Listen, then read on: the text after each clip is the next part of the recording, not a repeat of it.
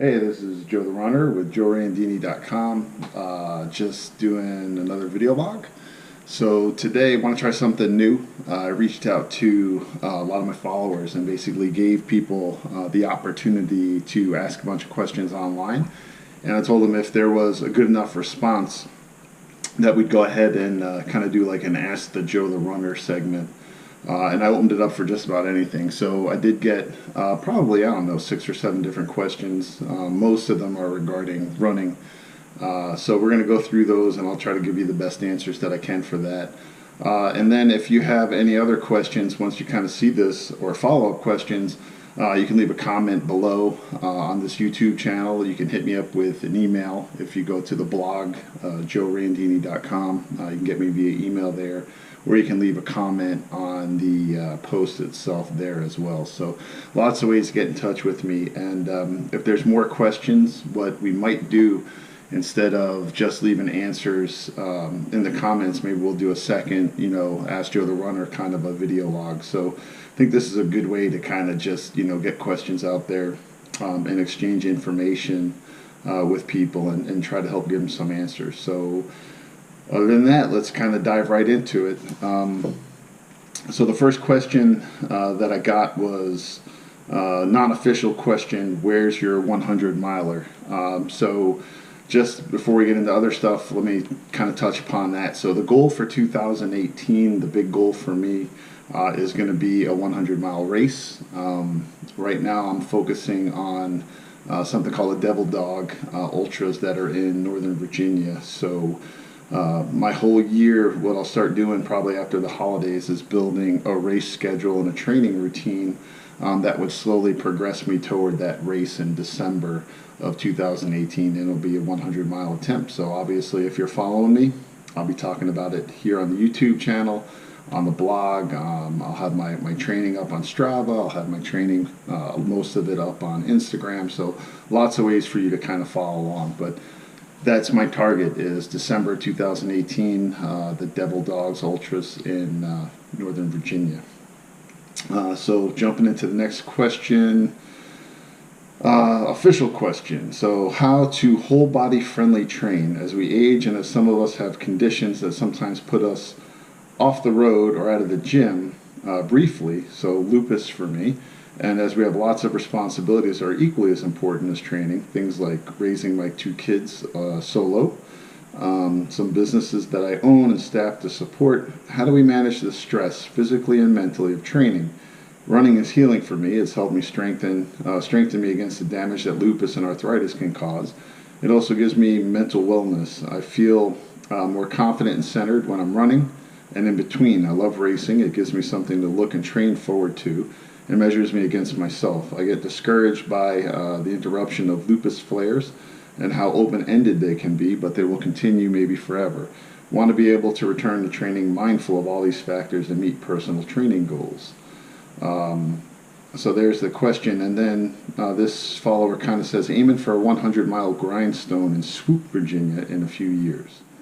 So, that's a great question. And, I was kind of hoping for some layup questions here, and I got hit with this one right off the bat. So disclosure is you put me in a good spot here. I had to do a little bit of research. So I learned quite a bit researching this question because, I want to qualify this. I'm not a doctor. So in regards to lupus and things like that, don't take this as medical advice. But I found a great web page. I think there's something called the Lupus Foundation of America, and the web page was www.lupus.org. And I did some research on basically the disease, what a flare-up is and what it means and how long can it last and the impact, what might cause those flare-ups, and then a little bit around exercising and lupus. So I want to break the question into 2 parts. One part would focus on what the follower is asking in regards to lupus, and I'll give you some thoughts and what I learned in the research there. And then we'll address all the other things, which is, how do you balance your life, your job, your kids, your family, with training and trying to reach your goals. So in regards to lupus, what I would say, and again, I'm not a doctor, so this is my disclaimer. you can have these flare-ups, and the symptoms of lupus, it sounds like it's fatigue and muscle joint aches and pains and things like that. So it definitely seems like the type of disease that when you have a flare-up, it would, it would impact your ability to train.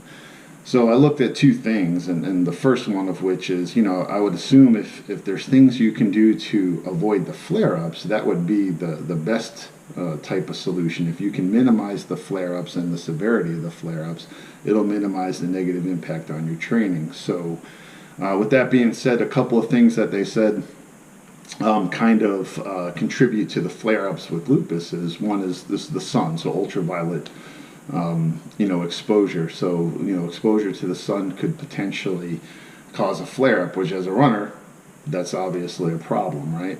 So what can you do to kind of minimize the impact there? I'm assuming that if you put on sunblock and things that block UV rays, that would be helpful. Obviously wearing a hat, maybe the type of hat that covers the back of your neck, long sleeve shirts. Luckily as runners, there's lots of options out there where you can buy long sleeve shirts that still breathe, so maybe it won't be so hot even in the summer. Keep your body, fairly covered up, and what you can't cover up, use sunscreen. And that's if you're running outside. I think another thing I would go with there, based on what I've researched, would be the treadmill. I joke around a lot about how much I hate the treadmill, and I really do. I don't like running on the treadmill. But if it is a tool that can help someone that maybe can't get outside, or going outside is going to have a negative impact on their training, I would say that, getting a treadmill and running on a treadmill in a climate-controlled environment would maybe help minimize these flare-ups with lupus. So that being said, that might minimize these flare-ups and minimize the severity of these flare-ups. The second part to it was nutrition. So this is kind of good news, actually, because nutrition is important. Whether or not you have lupus, nutrition is important, especially if you're a runner. So from what I understood, being physically fit and eating a healthy diet actually helps minimize the impact of lupus, the severity of these flare-ups and the frequency of these flare-ups. So what I would say is, look at your diet and try to eat a healthy lifestyle, not a lot of processed foods, try to avoid refined sugars, things that as runners, kind of falls right into the bailiwick anyway. You've got to do these things to achieve most of your goals anyway. So there's, a benefit of this dovetailing to your running. So what I would say is, those two things combined seems like it would minimize the flare-ups. Now, obviously, if you have lupus and you're going to have these flare-ups from time to time, and you're going to have the pain and you're going to have the fatigue, what I would emphasize there would be, to be patient. If you're having a flare-up and you're not going to be able to exercise for a few days while you're working through it, rest. Take your rest and feel confident and good that you're giving your body what it needs, whether it's to recover from running or whether it's to help you get through the flare-up. And then, anti-inflammatories. So, there's some natural things like turmeric. You can make yourself turmeric tea, things like that might help with the arthritis in the joints and the pain that you're having there. But what I would say is don't punish yourself mentally when you have to rest. Take your breaks and utilize them to your benefit. Say, hey, you know what? I need a break. I'm going to rest. I'm going to do the things I need, take my anti-inflammatories, get my body back under control, and then get back to training. I think people overestimate, particularly folks, that are normal folks just like us, that aren't out there trying to win races. We're out there just racing to challenge ourselves and make ourselves better people and healthier people. You're not going to lose that much fitness if you have to stay out of the game for 3 days or 4 days. So, take care of yourself and make sure you're healthy, because training is more effective when you're into it, when you're training with a healthy body, with a healthy mind, rather than just rushing yourself out there. And if you're fatigued and feeling pain and you're adjusting your gait, that's when severe injuries occur, right? You want to be able to run the way that you naturally would run. So that's kind of what I've learned doing my research on lupus and my 2 cents, on trying to deal with lupus and training. So it would be, do what you can to minimize the flare-ups and minimize the severity of the flare-ups. And then when you have them, be patient and accepting and do the things you need to do to get back, to your training as quickly as possible with a full, healthy body and a healthy mind. Second part of the question, so the balance between trying to train and run and do those things, cross-train, versus, your life, your job, your children, things like that. What I would say is when you're extremely busy, when I'm extremely busy, what I try to do with my training plans is focus on the quality of what I'm doing versus the quantity. So, don't get me wrong. If you can run 70, 80, 90 miles in a week, you're going to improve your running, you're going to improve your fitness. But not everybody has the time to do that. And when that's the case, make sure that for each of the workouts that you're doing, specifically what you're trying to get out of that workout and that you hit it hard. So, if it's a 10-kilometer run today and it's an easy run, get your 10 kilometers in and take it easy. But if it's going to be a 30-minute session, and it's going to be 1K repeats or something like that, hit those 1K repeats hard, So focus on the quality of what you're doing versus the quantity of what you're doing. And this will help you kind of, I think, manage through periods of your life, or balancing your life with your running and your training. Because if you're getting good quality sessions in, it really does make up sometimes for the lack of miles that you might, not be able to run because you're so busy. The next thing I would tell you is, you have to give yourself every opportunity to be out there and be successful. So, as an example, I did a 20-kilometer run yesterday. To get that 20-kilometer run in, I knew I was busy. I knew I was going to come home and probably not feel like going back out. So I packed everything I needed for the run into a duffel bag, took it to work with me, locked my door, changed into my running gear, and then stopped on the way home on the Greenway, and I knocked out the 20 kilometers before I ever got home. So, do things, lay out your clothes the night before, get everything set up in the kitchen, the coffee's ready, you just hit a button, things like that, so that you kind of plan ahead and make sure that you give yourself every opportunity to hit your training plan. And ultimately a lot of times, I hate to say this, but it just comes down to, prioritization and how badly do you want something. So I would never tell someone to neglect their family or to neglect their job. But the bottom line is, we all find time to watch TV. I know I do. We all find time to do other things that, that we love, that are probably a little less taxing on us. So if running's a priority, you'll find time to get your running in as well. And like I said, there's lots of ways to facilitate that.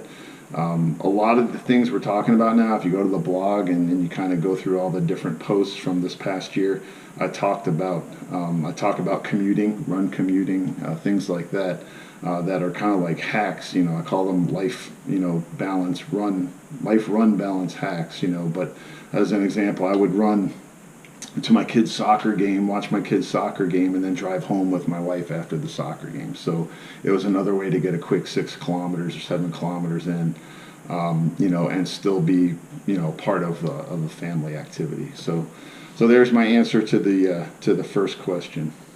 The next question.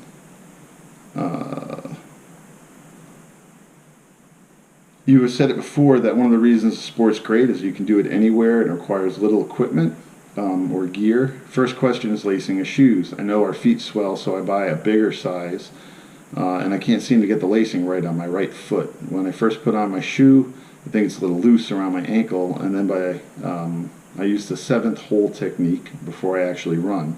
The lacing around the top, the midsole seems fine. Later in the run, I think that the front of my ankle might be too tight, and part of the top of my foot between the midfoot and the ball of my foot might get tight. My foot gets numb. What's the best way to lace? Is it for the beginning of the run, or the middle of the run, or the end of the run? And then the next question will be how to dress for runs on cold days. So that's two good questions there. So the lacing, and I think this, I'll address another question that the same follower kind of put in here about something called Hickeys, which is like a quick lacing device that you can get for your shoes. I've never really used them, but there are different things you can try, like those Hickeys, where you can buy them and it allows you to kind of preset your laces so that you can put your foot in and go to a position and it's the same every time. And then you got to play with it to find out where you're comfortable. But what I would say in regards to lacing is, look, for shorter runs, generally speaking, it's not that big of a deal if you kind of lace your shoes. I always lace mine loose, quite loose actually, on the mid foot. And then at the top where the ankle is, I cinch them a little bit and make sure the shoe isn't going to come off of my foot. But I leave that extra room so as my foot swells during the runs, that I don't suddenly feel this pressure around my feet from the shoe. So I guess, what I'm saying there is I actually lace for, the expectation that my foot's going to swell. For shorter runs, I've never really had any types of issues with that. For longer runs, though, what I would say, and none of us, again, are probably running for Olympic trials or anything like that. Be prepared to make adjustments during your run. So, for my longer runs, I do things like stop and relace my shoes because my feet are swollen and I don't feel comfortable any longer. I'll take the time sometimes, especially if I'm running on the trails, to take my shoes off and empty all the debris out of them because I don't want to deal with blisters and hot spots and things like that. So what I would say is, in regards to lacing of your shoes and your gear in general, is as you're running, if something becomes uncomfortable, stop and adjust it and get it comfortable again. Because if you don't, you end up paying the price either through chafing or blistering or some other type of pain or injury that, it doesn't make sense to create during training. If you're doing a race and you're trying to run a marathon or half marathon and you've got to deal with some of these issues, okay, and the race is done, you deal with the blister or whatever, but why create those types of issues during training? So I don't see anything wrong with stopping in your run to make adjustments to your gear, including your shoes, so that they're comfortable and they don't cause any kind of lingering type of effect. So moving on to the next question. Favorite shoes. Me personally, I wear Hoka One One Challenger ATRs. It's all-terrain, so it's an all-terrain shoe. Hoka is usually a very high support shoe. It's a lot of cushioning. They've started to come out with pronation adjusted shoes, so for over pronators, under pronators. But generally speaking, like the ATR, it's just a neutral shoe, but there's so much cushioning that you get all the support that you need generally. That's what my opinion has been. And the reason I wear the all-terrain is because I can use them on the road. I can use them on the trails. A lot of the races I do are a mix of both road and trail. So for me, it's really the perfect shoe for what I do. Next question is pre-run rituals, so eating, drinking, stretching, etc. So I'm going to answer this in kind of two parts. So if I'm doing maybe a 10-kilometer run, a 12-kilometer run or less, generally speaking, if I'm doing it in the morning, I wake up, I'll have some water, some bananas, and I do usually have a cup of coffee. Let that digest for 20-30 minutes, and then I'll go out and do my 10 or 12 kilometer run, and I'm fine. But long, and in regards to stretching, I'm not very much into static stretching, so like bending and just kind of letting the weight tug on the muscles and things like that. I prefer dynamic stretching, so I'll walk at a fast pace. I might do some skipping, some high knees. Just various things that get all the joints moving slowly, but warms everything up before I put a real workload on them. So I prefer that kind of stretch versus, the typical cross your legs and bend over and touch your toes, stretch your quad by pulling your foot up. I prefer much more the high knees, to stretch things out, and the skipping and the dynamic type of stretches. For long runs, it's a little bit different. So if I'm going to do, a half marathon distance or longer, I usually have, I'm very lucky. I can eat a substantial breakfast, digest for maybe 45 minutes to an hour, and then when I go out on my long run, I usually don't have, stomach issues. So I'll, for a long run, I'll wake up and have overnight oats, because, it's the size that I eat, it gives me 70 grams of carbs, complex carbs. It gives me about 20 grams of protein, all the things I would need to go out and start a good long run. And then obviously I'm going to bring with me, gels and food and things like that, dependent upon the length of the run. And I'll have with, tailwind for electrolytes and so forth. If you're on the YouTube channel and you're watching this, if you go look at some of my other videos, I think it was one of my very first videos where I talk about long run preparation. I really kind of walk through all this stuff there as well in a lot more detail. But yeah, I mean, for those long runs, it's important for your recovery to make sure that you have good nutrition prior to the run and good nutrition during the run. So, I mentioned earlier I did 20 kilometers last night. I'm actually quite stiff and sore today, and I realized it's because I just kind of got out there. I've been in this break period for the last, month or so, because it's holidays and I had my big race and it's over.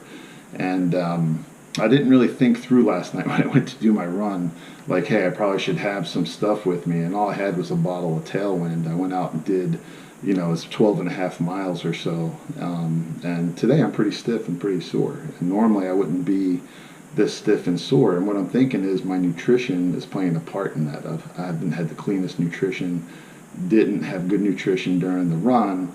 And I think, my body's telling me, hey, you beat us up pretty good and you didn't really, replenish us very well. So it's kind of interesting and a good reminder for me as I start training again in January that, you got to clean up your diet if you want to have the right outcome for all your training.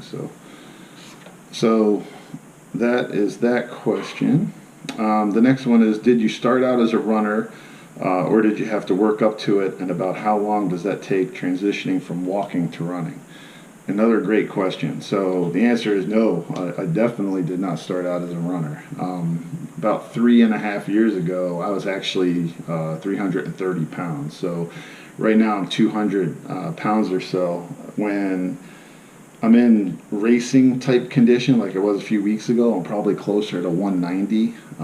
As I prepare for this 100-miler next year, I'm probably going to squeeze that down to 185, 180. And it's just simple physics, right? If I'm down, 20 pounds, that's 20 less pounds to lug around for 100 miles. It makes a huge difference. But no, I didn't start out as a runner. And what happened, what I did was basically looked into, I wanted to lose the weight, middle-aged guy, 330 pounds, knew I had to make a change. And I went to the Couch to 5K type app and started with your basic run walk type of an effort. So I'd go out there and literally I ran for like 45 seconds and there was just snot coming out of my nose and I was huffing and puffing and then I'd walk for a couple of minutes, maybe 5 minutes, and then I'd try to run for 45 seconds, and I would do this for 15 minutes, and I felt like I was going to die. My heart was popping out of my chest. It was terrible. But I also knew, that I had to give it time for it to have any kind of impact, and that no matter how bad it was initially, it would get better, but only if I gave it time. So, I would say after about 2 weeks, I was able to start maybe pushing that run up to 1.5 minutes, and those walks were getting down to closer to maybe 2 or 3 minutes. And then probably about a month and a half after I started, I was able to maybe get 4 or 5 minutes of jogging, really slow jogging, without running. And still, 6 weeks later, my chest was still pounding and there was snot coming out of my nose and I couldn't breathe and all those things. And, what I would say is as the weight came off and I kept at it, and those runs got a little bit longer, I would say it was probably 3 months before I was able to run, a 30 minutes, jog 30 minutes very slowly without stopping. And it was a major accomplishment, Still struggled with breathing and things like that. But at that point, I could see the progress that I made, and the weight started to come off. And I just kept at it. I would say probably anywhere from maybe 4 to 6 months afterwards, the breathing started to get easier. The weight continued to come off. I was able to start maybe running, 5, 6 kilometers at a time. Had my eye on a 10-kilometer race and trained for it, and was able to get in shape enough to run that 10-kilometer race. I did it in about like 58 minutes or something. So not super fast, but not super slow. But the thing was your cardiovascular strength, if you're consistent in your running for 4, 5, 6 months, it'll get there, and that won't be your limiting factor eventually. And all I can say is you got to trust me on that. You beginners, it takes time, but if you're consistent in your running, your breathing will get better, your breathing will get easier. And then the limiting factors honestly become your muscle fatigue, cramping, your ligaments, your joints and things like that. So you've got to start, focusing on strength training and core and but initially almost everybody starts out with their weakest, link being their cardiovascular and respiratory. But once you kind of, get past that, you shift to focusing on your muscles and your joints and so forth. So now for me, as I'm preparing for like a 100-mile race next year, it's really going to be about can I get my muscles in my body accustomed to running those types of hours without cramping from fatigue, without failure, because we're talking about 32 hours of consecutive pounding on the body, and the breathing and the heart won't be the issue. So yeah, I didn't start out as a runner. Please, running's changed my life. I've lost a ton of weight. I feel much better. I'm much healthier. So please stick to it. Reach out to me. If there's anything I can do to help you, I will, because I just feel really strongly that running really changes people's lives, in particular when it comes to their health. I mean, it helps you with your mental health. It helps you with your physical health. I haven't seen anything bad that's come out of running. Next question, do you have training shoes and race shoes? If so, what's the difference? And how many times would you run in your race shoes before you first race with them? So, another great question. And the answer here is no, I don't. I mean, just like you, these shoes are expensive, and so I don't have what I would say race shoes and training shoes per se, but I do have multiple pairs of shoes. Generally speaking, if the weather's been good and things like that, I'll probably run in the same shoes, and even train and race in the same shoes, as long as the shoes are in good shape and haven't started to deteriorate. When the weather gets bad, if I'm coming home and my shoes are muddy and wet, I could rotate through 2 pairs of the same type of shoe, so both Challenger ATR3s, Hoka One, but kind of go through them so that I'm not always running in wet shoes. Give the other pair an opportunity to dry. But the bottom line is, I use all terrains because of the type of running that I do. I don't have specific shoes for training, specific shoes for running. Some people prefer to have road shoes for road running, and they prefer to have trail shoes for trail running. There's nothing wrong with that, but you need to understand what your races are, and what your goals are, and is it going to meet that. So if you're running, what they call like urban ultras, you probably need a crossover shoe. Whereas if you're running, I run road marathons sometimes, there's nothing wrong with having your favorite pair of road type shoes for those types of runs. And if you're running trails other times, having trail shoes. But from a budget standpoint, the all-terrains have worked for me. They're really good shoes, it's fine. As far as breaking them in, it's funny, if you're buying the correct shoe, theoretically you should be able to throw them on and go out for a run and be fine, but that's theoretically. So I like to have at least 20-25 miles into a shoe before I would wear it in a race, because I just want to make sure that there's nothing unusual about the new pair, stitching or something different, where suddenly where I was fine before, now I'm getting blisters, or I'm getting, you don't want to find that stuff out during a race. So I prefer to get 20, 25 miles into a pair before I'd ever wear them during the race. And I like to do at least, one of those, some of those miles in some type of a long run, like a 12 or 13 mile run minimum, so that I know in my head, hey, the shoe's fine, my feet are going to be fine in this shoe, and I don't have to worry about it during the race time. So, going back to the question, I have trail shoes, but I've yet to run them because I only run on the streets, park, lawn, and treadmill. How much road streets can your trail shoes take without ruining them? And can you run in your trail shoes on the treadmill without ruining them? So again, generally speaking, folks like us, I would say you're fine to run from time to time on the streets in your trail shoes, or if you're just trying to break them in, run on a treadmill with them would be fine. But you don't want to do that over the long term, and it's not, I would say, not so much about the shoe getting ruined, but the shoe is designed for a particular terrain, and that's going to have an impact on your legs. So trail shoes, generally speaking, are going to be more cushiony, and they're going to be with more grip and things like that, because you're going to be running over logs and roots and rocks and wet leaves and so forth. And when you run on the streets with those, it puts a different type of stress on your legs than a road shoe would, because with a road shoe, it's assuming most of the time you're just running on asphalt. It could be hilly, it could be a little bit wet, but it's just going to have a different impact on your legs. So I think the bigger issue isn't the shoe, it's when you run on the wrong terrain, it's the potential stressors on your leg. So that's why I would avoid doing it for any extended period of time. When's best to change out running shoes? Any advice on rotation? I have flat feet. Any tips to share?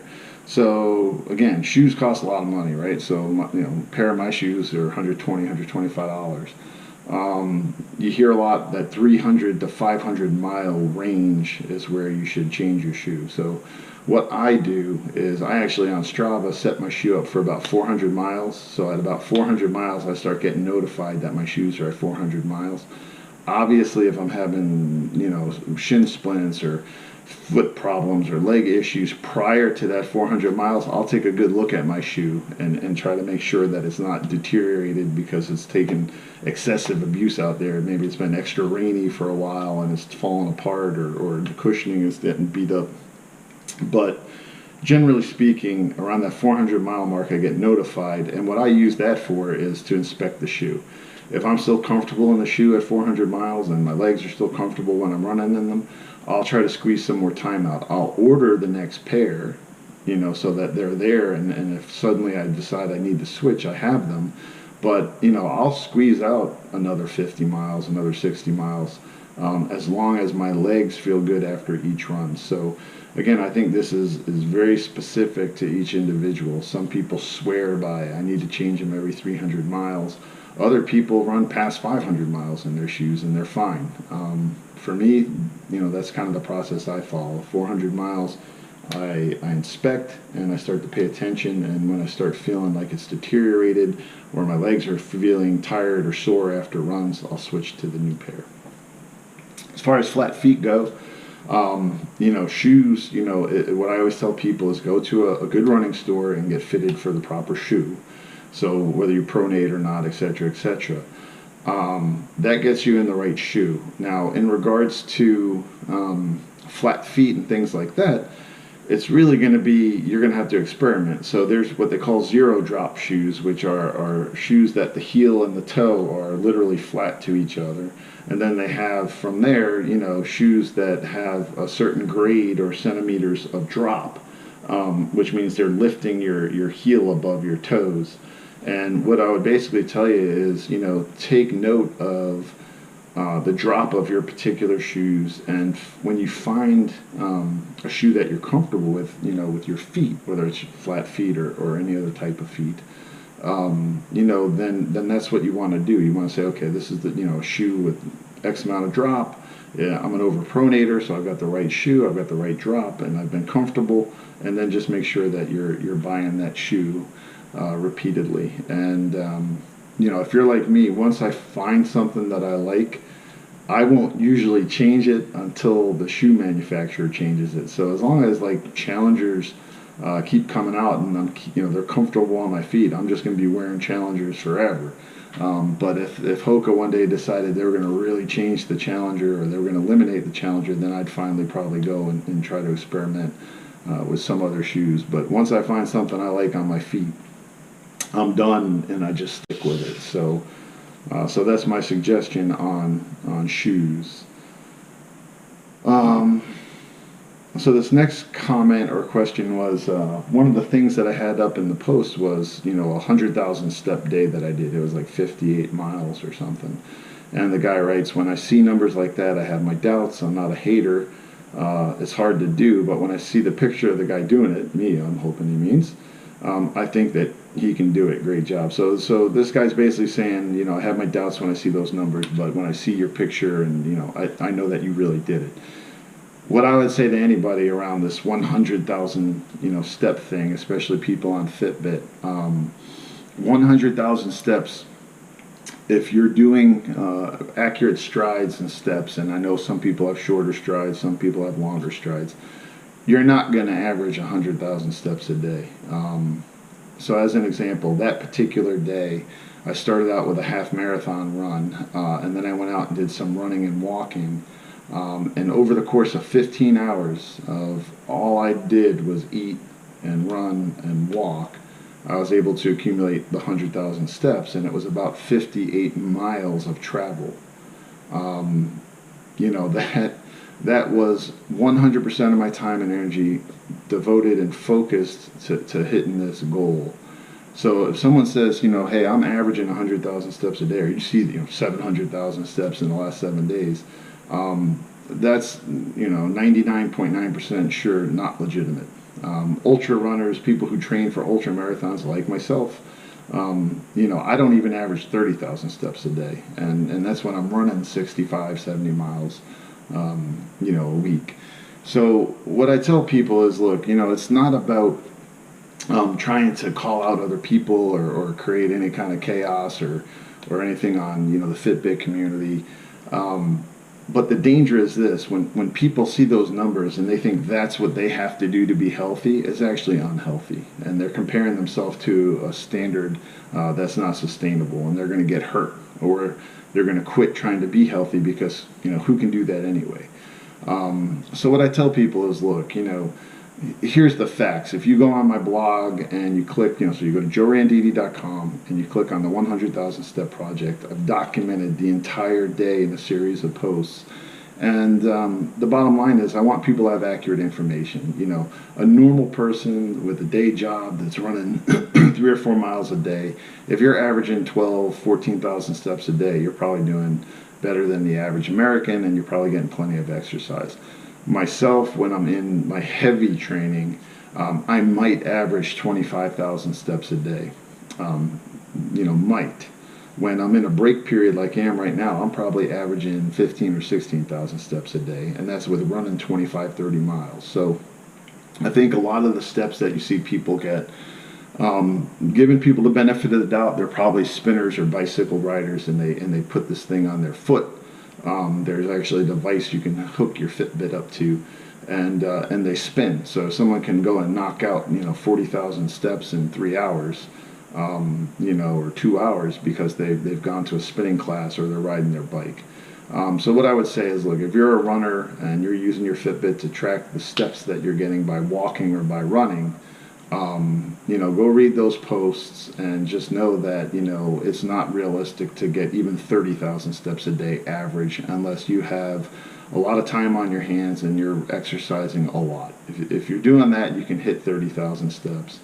But when you start seeing people 35, 40, 45,000 steps, most likely there's some kind of bicycle riding or spinning or something like that involved. Or they're a professional athlete. When you see things above that, 50,000, 55, 60,000, you know, again, it's either someone bicycling or it's just flat out inaccurate information. The important thing is that people know it's real, and try to improve upon themselves and make sure that you use the Fitbit or any of these devices like a tool that it's, you know, created to be, which is for you to track yourself and improve upon yourself so that you live a healthier lifestyle. Don't get caught up in this craziness and these crazy numbers, because you're either going to get discouraged or worse, you're going to get hurt. So that's my kind of 2 cents on the 100,000 step thing.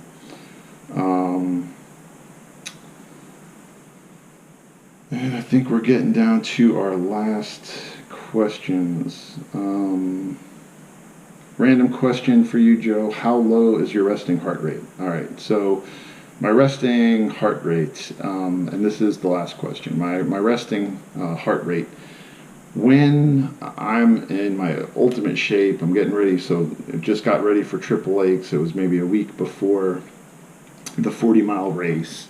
You know, peak training, peak nutrition, you know, my resting heart rate usually bounces between 42 and 44, and it's very steady.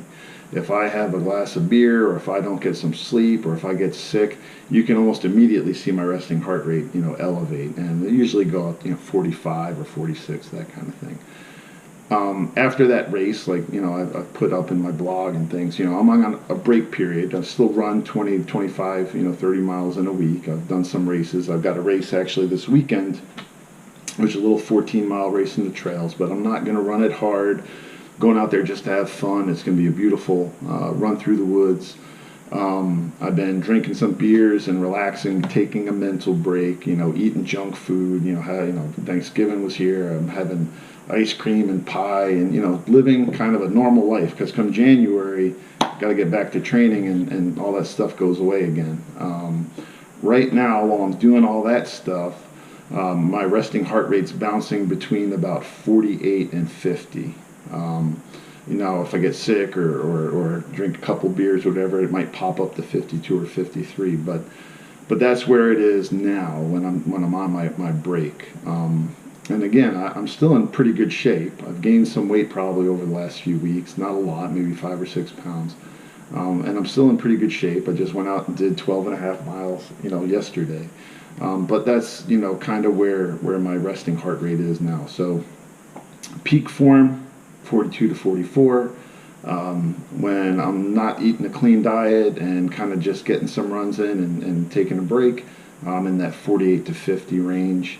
And, you know, that's it. That's where my resting heart rate is. So if you have any questions, comments, anything, comments below. Go to the blog, joerandini.com. You can comment on the post, or you can get my email, send me email. I hope the question and answer session today went well, and that it helped everybody who asked questions.